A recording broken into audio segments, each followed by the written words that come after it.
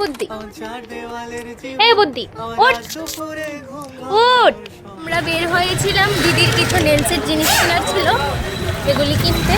তো বাড়িতে গিয়ে ওর ক্লায়েন্ট আছে, ক্লায়েন্টকে নেল করাবে আজকে, তো তার জন্য কিছু জিনিস কিনেছে।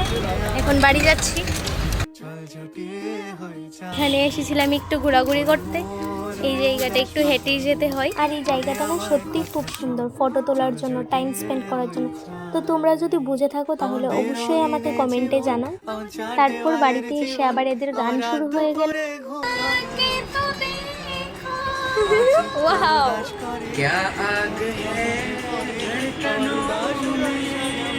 এদের মাঝে আপনারা দুঃখ, হাসি, ঠাট্টা সবকিছু পেয়ে যাবেন একদম।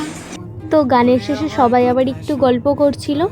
তারপর বর্দি বসে গেল দিদিকে নিয়ে নেল করাতে, আর দিদি তো এখানে খুব হাসছিল।